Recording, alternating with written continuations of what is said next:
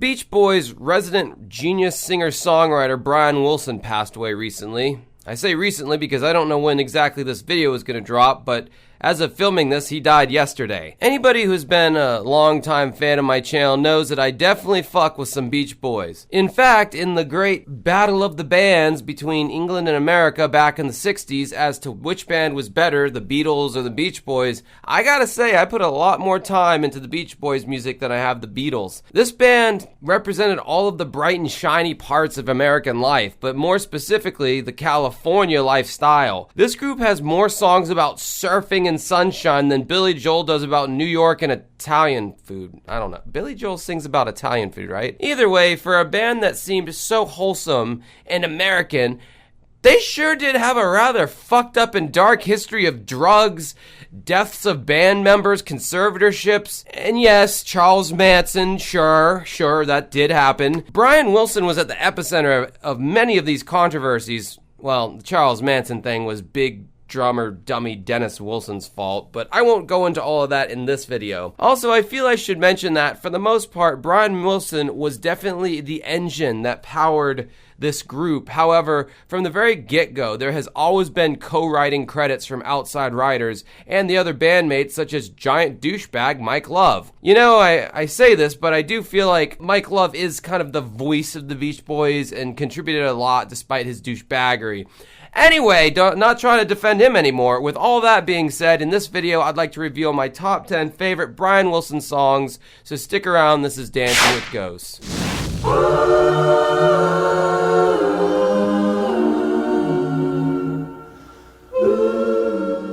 I hate that YouTube's copyright constraints are going to make me hobbled in praising these songs for an audience that may very well be unaware of their existence. However, Our Prayer is a fantastic demonstration of, in my opinion, what the Beach Boys do best: harmonize. This monk-like vocal fugue is truly beautiful, and despite its short runtime, kind of shows you how versatile the Beach Boys could be and also showcases them at the height of their powers. Their ace in the hole was and always will be the harmonies.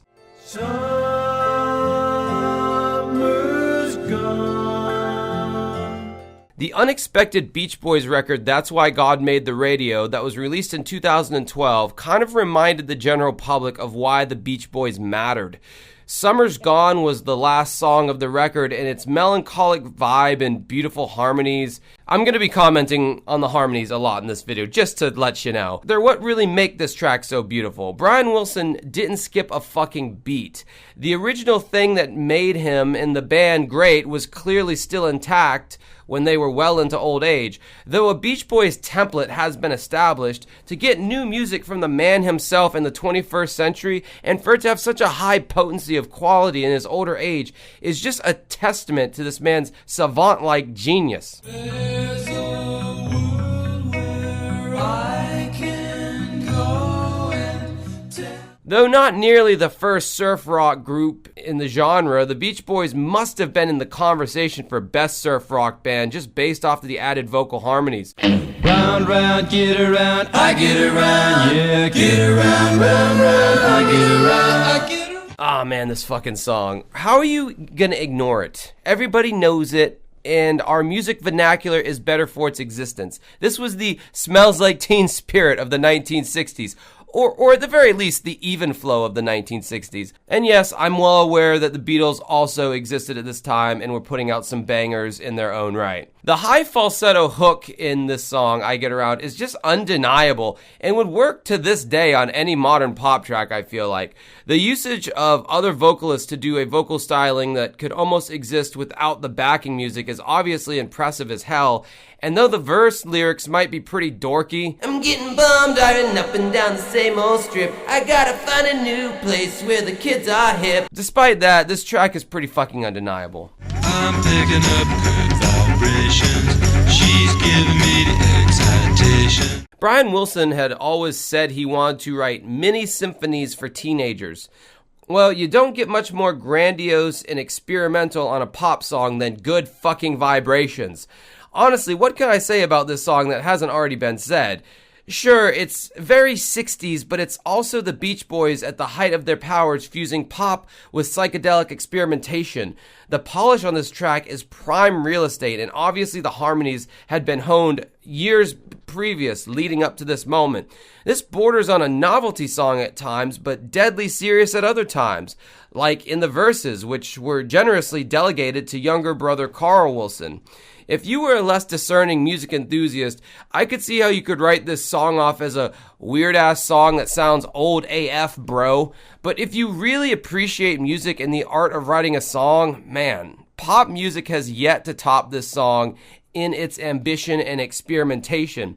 This song is cool, and it always will be. Deal with it. Wouldn't it be nice if we were older, then we wouldn't have to... If you know anything about Pet Sounds, it is the Beach Boys essential listening, much like Sgt. Pepper's was for the Beatles. Not only did Brian write some of the most vulnerable and honest lyrics that, for once, had nothing to do with fucking surfing, which, by the way, no one in the band even surfed except big drummer dummy Dennis Wilson. Now, Brian Wilson wrote the lyrics of this album from a place of sensitivity and honesty that has stood the test of time.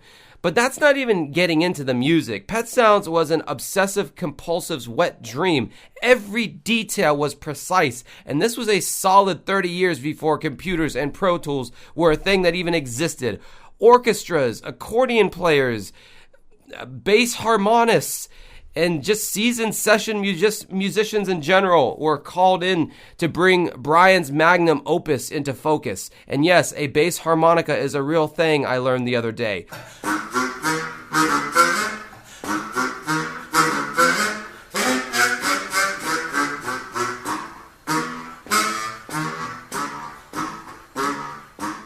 Obviously, many video essays and books have been written about this album, but just take it at face value, this particular song has a driving, honest, youthful nature that cannot be ignored. There are, of course, the tasty harmonies that reveal themselves later on in the track, but just the opening vocals from Brian are raw and almost have a pre-grunge tonality to them that maybe if put behind rock music could have sounded like a precursor to the genre. Wouldn't it be nice if we were older, then we wouldn't have to wait so long? Lyrically, it's not like he's pontificating on the concept of, wouldn't it be nice if we were older? He is pinning you against a wall and shouting in your face, I am hurting, I have longing, I have desire.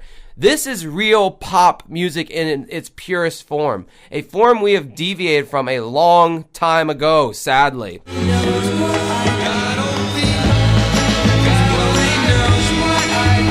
Paul McCartney of Beatles fame has been quoted as stating, this was the song that he wished that he'd written.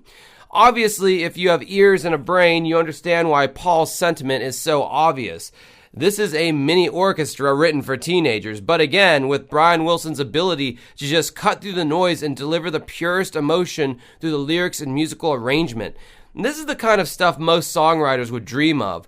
This is what pop music was always supposed to be, and boy, have we gotten away from it in the last 50 plus years, which is something I just said in the last song blurb. Go deal with it. This script should have been rewritten, but wasn't. You could take this song and rework it any way you wish, but as long as the musical chord structure and lyrics are intact, this song would be a hit no matter what genre or vocal style you'd fit into it. But since we're on the Pet Sounds era, Brian went over the top with the orchestral arrangements in the best possible way. And yet again, Brian threw a bone to his younger brother Carl, who again got to sing lead on most of this song. A task that Brian could have easily handled, but it's just kind of a testament to how much he regarded his brothers. Just as a side note, the Wilson clan were all very gifted vocalists, with Carl Wilson being the secondary most notable brother, but drummer dummy Dennis Wilson was no slouch either in his handful of Beach Boys lead vocal features. Dennis had more of a gravelly Joe Cocker-like vocal timbre, yet it still sounded great. You are so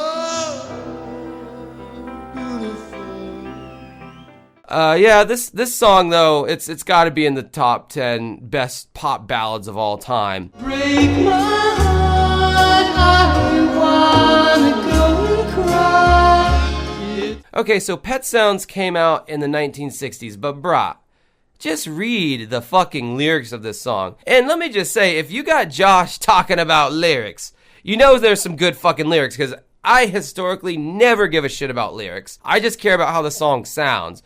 But if you read the lyrics of this song, if you've ever been in love and that love died, you can relate to this song. The nomenclature might not be hip to 2025 standards, but almost like verses from a pop Bible, this song relays in such simple terms a girl that has changed, as women do, as people do. Think of the first girl you ever really loved or cared about romantically. Are you still with that girl?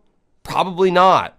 People change, and it usually sucks. But to bottle up these feelings and sensations and so directly convey them on a level that even a child could understand is masterful lyric writing at its finest. It doesn't hurt that my first love happened to also be named Caroline. True story. Musically, this may not be the most impressive outing from the Beach Boys, but Brian is still showing off that pristine falsetto in his vocals, and just the authenticity here sells the song completely.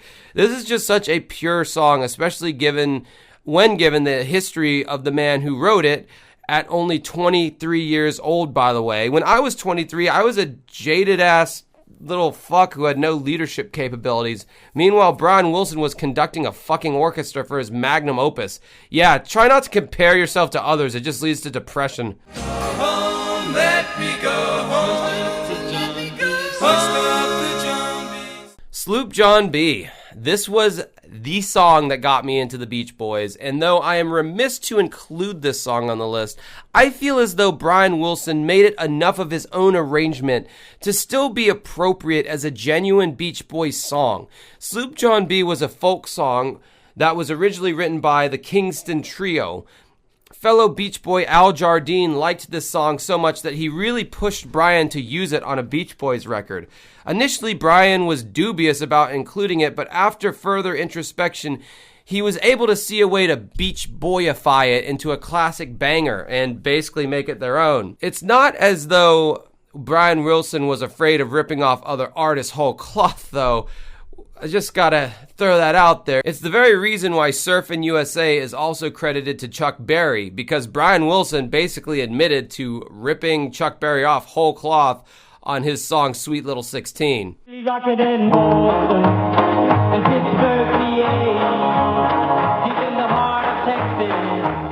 When the Beach Boys released their second album, Surfin' USA, in 1963, the main hit single off the album with the same name sounded awfully familiar to a Chuck Berry song called Sweet Little 16.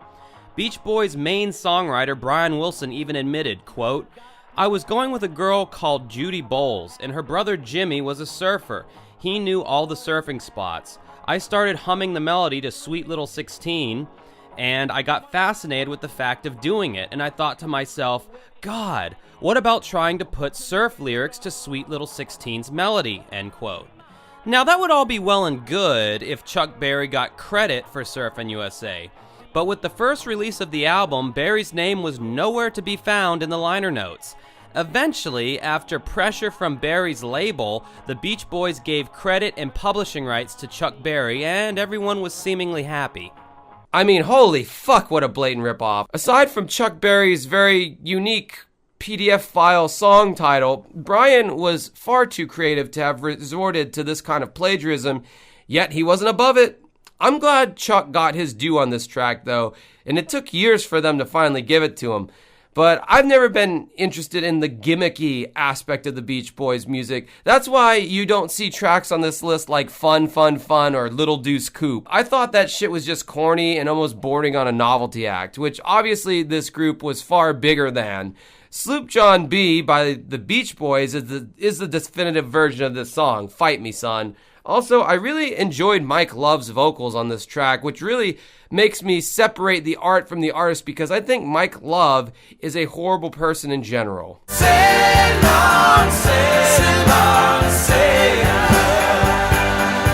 The 1970s were not kind to the Beach Boys. Brian was losing his way as a result of drugs and outside influences getting him off track from his true talents. The 1973 album Holland was a mixed bag that Brian Wilson was largely not involved in. But the first song off this album, Sail On Sailor, was a 1970s certified Beach Boys classic. At this point in the band's career, younger brother Carl Wilson had fronted the helm, becoming the de facto leader in Brian's absence. And his vocals could be heard front and center on much of the Beach Boys' 1970s output, which wasn't so great. In my opinion, I'm editorializing, obviously, but I feel like Carl put on this very, swaggery black man 70s voice in most of the Beach Boys 70s songs, like Darlin', and I love Carl's voice when he just sings naturally, but I did not like his 70s swaggery chest hairs hanging out of my fucking leisure suit kind of tone that he had going on. The song, however, was co-written by Brian Wilson, Sail on Sailor, and you can tell because it's one of the only songs in the album that doesn't suck. It's a great song that stands out on its own and showcases what the 1970s Beach Boys could have been if Brian had been more involved. So that was my list. I'm sure a lot of my picks surprised no one, but what can I say? A great song is a great song, even if it's an obvious normie choice. I'm not going to sugarcoat it. There are a lot of really shitty Beach Boys songs, especially during their 70s era where Carl Wilson was at the helm. But the songs that were great were really fucking great. And most of that acclaim goes to one man, Brian Wilson. Given Brian's experimentation into psychedelic drugs, which permanently fucked his head up, you would have never thought that he, out of the three Wilson brothers, would have outlasted them all at the ripe old age of 82, but he got his shit together and he had a fruitful music career up until the very end. At no point losing his sense of perfect pitch, ability to write beautiful harmonies, or songs for that matter. Brian Wilson was a national treasure whose music will be highly regarded long after you or I are in the ground. So yeah, just wanted to pay my respects, fuck Mike Love, and have a good rest of your night.